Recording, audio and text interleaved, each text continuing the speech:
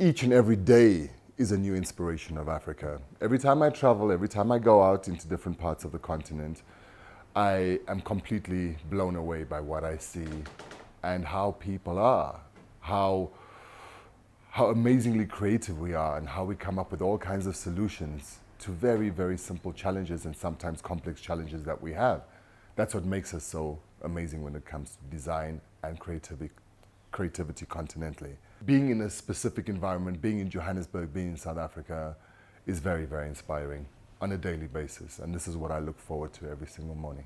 I mean, I adopt a philosophy of Ethi-Eco squared, which is basically something I coined a few years ago, which is ethical, economical, and ecological. So it's very important for us to understand the impact of textile on the environment, particularly a non-biodegradable textile, plastic-based textiles, polyurethanes, etc., etc. So when it comes to natural textile, everything from cotton to a hemp to a bamboo to a silk to a mohair to a natural wool to a leather, these are all biodegradable, which means they become one with the earth again. But in all, I would say that it's my conscience at the end of the day.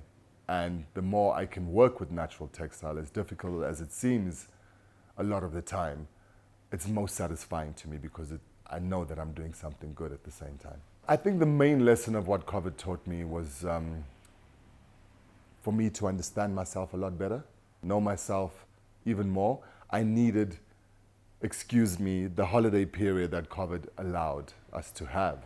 And that was a forced vacation. It wasn't a paid vacation, but it was definitely forced. And what it did is it allowed me to reset, to reassess my situation, to re-understand myself, and to of course, ultimately, that is all part of rejuvenation. I would say that research just enough, understand what seasonal trends are, understand what colors are in play. And, sometimes you're researching to do what others are not doing, you see. So you don't want to become part of the rat race. You don't want to become part of the norm. You don't want to become another seasonal trend. You want to create your own. You want to set your own trend. And this is what I try to do best. What makes me get up in the morning? Well, a few things. One of those is the mere fact that there's always some idea that wakes me up around about 4:30, 5 o'clock in the morning. And then, of course, the birds. They start chirping. In winter, it's a bit later. In summer, it's a lot earlier. And I'm up. I cannot go back to bed from that point onwards. And the idea just basically, it manifests and it grows. And by the time I get to work, I'm ready to start a new creation. It's not about being revolutionary, it's more about being evolutionary. And I think this collection is some ideas that I've had for some time that I'm now putting into motion.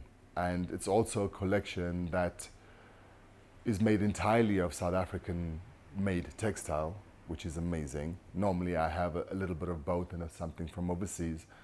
It's probably the most sustainable collection that I've created to date, and also the most affordable collection that I've done. And that is what I'm looking forward to. I'm looking forward to the aftermath. I'm looking forward to the sales of this particular collection and sending out the right messages and the right signals to people all over the world.